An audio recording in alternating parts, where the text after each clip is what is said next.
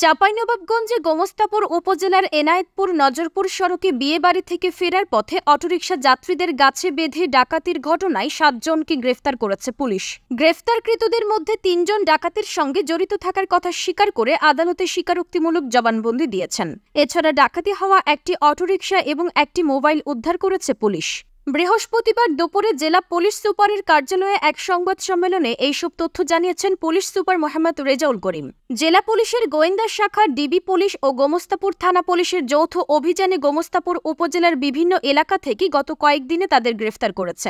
গ্রেফতারকৃতরা হলেন শিবগঞ্জ উপজেলার রানীবাড়ি চাঁদপুর গ্রামের এনামুল হকের ছেলে মোহাম্মদ দেলোয়ার হোসেন, একই গ্রামের শফিকুল ইসলামের ছেলে মোহাম্মদ ওয়াসিম, তহরুল ইসলামের ছেলে তৌহিদ আলী সুজন, পলাশবাড়ি গ্রামের মৃত গিয়াসউদ্দিনের ছেলে মোহাম্মদ লালচান, গঙ্গারামপুর মোবারকপুর ইউনিয়নের মৃত সাইফুদ্দিন আহমেদের ছেলে মোহাম্মদ দিনুল ইসলাম, দানিয়ালপুর মোবারকপুর গ্রামের মৃত সাজেমান আলীর ছেলে মোহাম্মদ আনারুল, বাটাগ্রাম এলাকার সিরাজুল ইসলামের ছেলে মোহাম্মদ কাজল। সংবাদ সম্মেলনে পুলিশ সুপার মোহাম্মদ রেজাউল করিম জানিয়েছেন, গ্রেফতারকৃতরা পেশাদার ডাকাত ও ছিনতাইকারী। তাদের বিরুদ্ধে প্রত্যেকের নামে একাধিক ছিনতাই ও চুরির মামলা রয়েছে।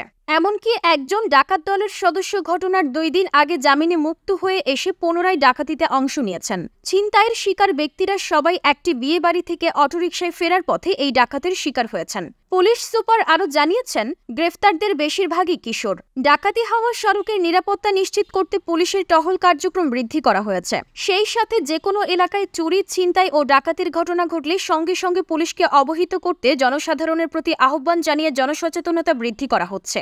ঘটনার সঙ্গে জড়িত বাকি সদস্যদের আটক ও ছিনতাইয়ের মালামাল উদ্ধার করতে অভিযান পরিচালনা করা হচ্ছে। এরা ওই গাড়িটা আটকে দেয় এবং ওদেরকে ভ্যান থেকে নামিয়ে আমবাগানে নিয়ে যায়। সেখানে গিয়ে তাদের স্বর্ণালঙ্কার, যার পরিমাণ খুব বেশি না, 1-2 ভরি হতে পারে, আর 3-4 হাজার টাকা ছিল, 4টা মোবাইল ছিল এবং ওই ভ্যান গাড়িটি নিয়ে যায়। তো ঘটনা জানতে পেরে পুলিশ গিয়েছিল সেখানে, কিন্তু তাদেরকে ধরা যায়নি, তারা পালিয়ে যায়। আমরা এই ঘটনার পরে এদেরকে ধরার জন্য এবং ঘটনাটি রহস্য উদ্ঘাটনের জন্য আমরা চেষ্টা করি। সবশেষে আমরা তাদেরকে ধরতে সক্ষম হই। এই ঘটনায় আমরা যে কজন জড়িত ছিল, মোট 7 জন ছিল সরাসরি ঘটনাস্থলে, মানে এই কাজে জড়িত ছিল 7 জন, কিন্তু আমরা 4 জনকে ধরেছি। 4 জনের মধ্যে 3 জন আদালতে স্বীকারোক্তি দিয়েছে। আর সেই ভ্যান গাড়িটি আমরা উদ্ধার করেছি, মোবাইল উদ্ধার করেছি।